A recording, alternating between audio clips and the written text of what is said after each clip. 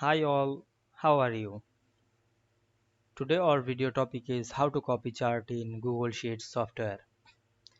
At first you have to open your Google Sheets software. Now we can see we already open the software and here the data chart table.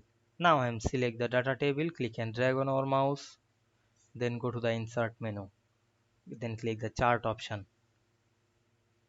Now you can see here automatically insert a column chart. You can insert any chart to your choice. Now I am select the area chart, then close the window. Now you want to copy the chart using menu way. First click the more option and here the copy chart option. You can copy chart to this way. Now I am copied the chart. You can paste chart in another sheet. Now I am click the plus icon to create new sheet, then paste the chart.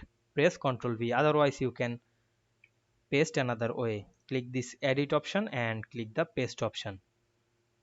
Then we go back the previous chart. Then you can copy chart another way. Click this edit option and select the copy.